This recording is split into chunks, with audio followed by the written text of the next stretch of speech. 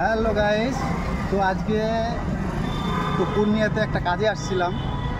তো কাজে এসে কাজটা হয়ে গেল, তো এদিক দিয়ে ঘুরছিলাম। তো ঘুরতে ঘুরতে দেখি 2-3টা খুব সুন্দর কাঠবাদাম গাছ।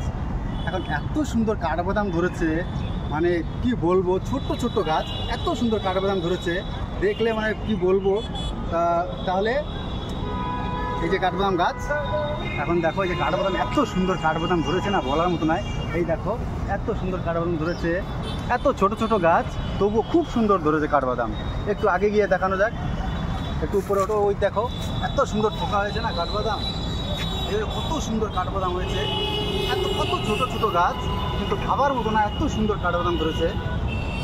এখানে 3-4টা গাছ আছে, বেশি গাছ নেই। তো এই দুটো গাছ এত সুন্দর ধরেছে বলার মতো না। এই দেখো কত সুন্দর কাঠবাদাম ধরেছে। এখনও পাকিনি, এটা পাকতে একটু লেট আছে, কেবল হয়েছে। ও খুব সুন্দর গো। আমার কে কে কাঠবাদাম খেতে ভালোবাসো, একটু লাইক কমেন্ট করে জানাবে কে কে ভালোবাসো কাঠবাদাম খেতে। আমার তো খুব ভালো লাগে খেতে।